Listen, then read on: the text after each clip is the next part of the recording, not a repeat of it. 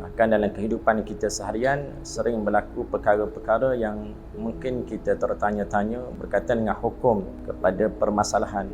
Maka di sinilah dalam risalah Muhimmah ini di antara risalah yang sangat mendalam yang akan dihuraikan kepada kita tentang hukum hakam dalam soal bak najis.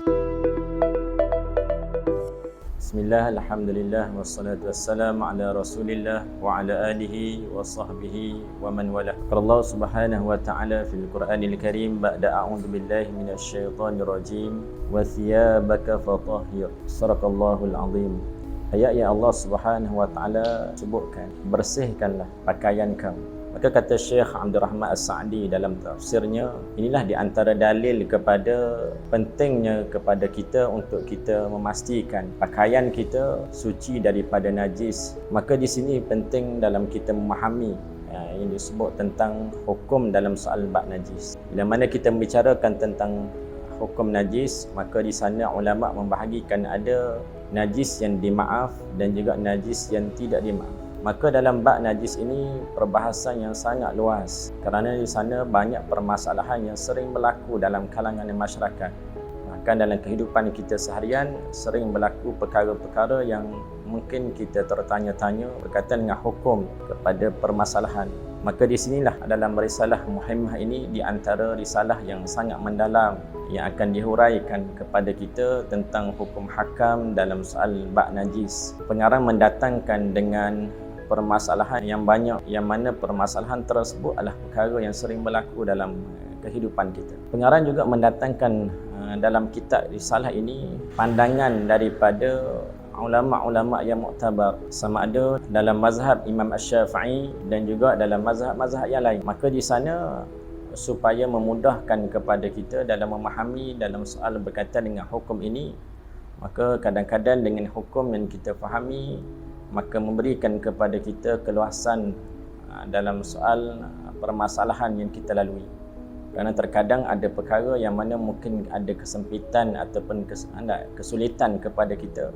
Maka di sana pandangan yang kita pelajari, yang kita fahami dalam risalah ini insya-Allah membantu kepada kita. Sebagaimana dalam kita pelajari dalam qawaid fiqhiyah, maka dalam risalah ini juga akan diterangkan bagaimana kaedah yang disebut idza dhaqal amru ittas'a. Bila sempit dalam salah satu urusan maka diluaskan padanya. Maka sebab itulah bila kita mempelajari dalam risalah ini insya-Allah kita akan dapat memahami banyak pandangan para ulama dalam sesuatu masalah. Antara masalah yang sering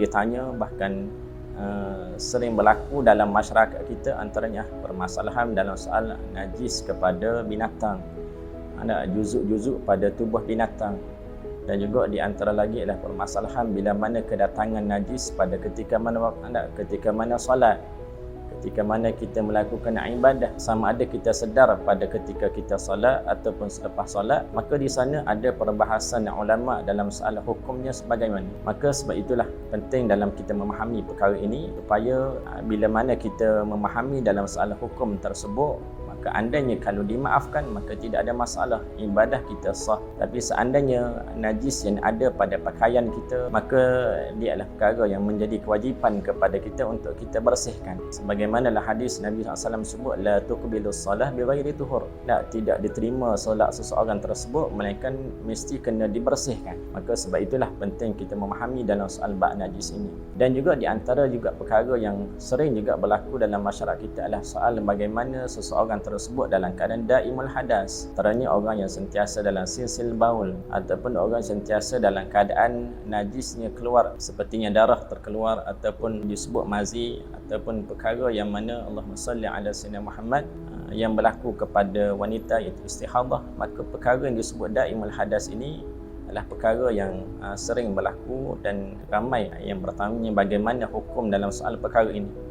Maka di sana dia akan dihuraikan dalam risalah ini bagaimana kaedah kepada seseorang yang mana diuji, ditimpa dengan penyakit sedemikian, maka ada di sana kaedah yang akan diberikan kepada kita bagaimana untuk kita menyempurnakan ibadah dalam kehidupan kita. Maka insya-Allah saya mengajak kepada semua untuk sama-sama kita bermuzakarah dan kita sama-sama berkongsi dalam risalah ini insya-Allah, dan kita mengambil daripada rujukan daripada kitab-kitab yang lain untuk sama-sama kita memahami secara mendalam dalam soal bab najis, dan insya-Allah dalam apa yang kita belajar ini akan membantu kepada kita untuk kita membezakan yang mana yang dimaaf dan yang tiada dimaaf, dan bagaimana cara dalam menyuci daripada najis-najis tersebut supaya ibadah kita sah, ibadah kita diterima oleh Allah Ta'ala mengikut sebagaimana ditetapkan dalam agama kita insya-Allah.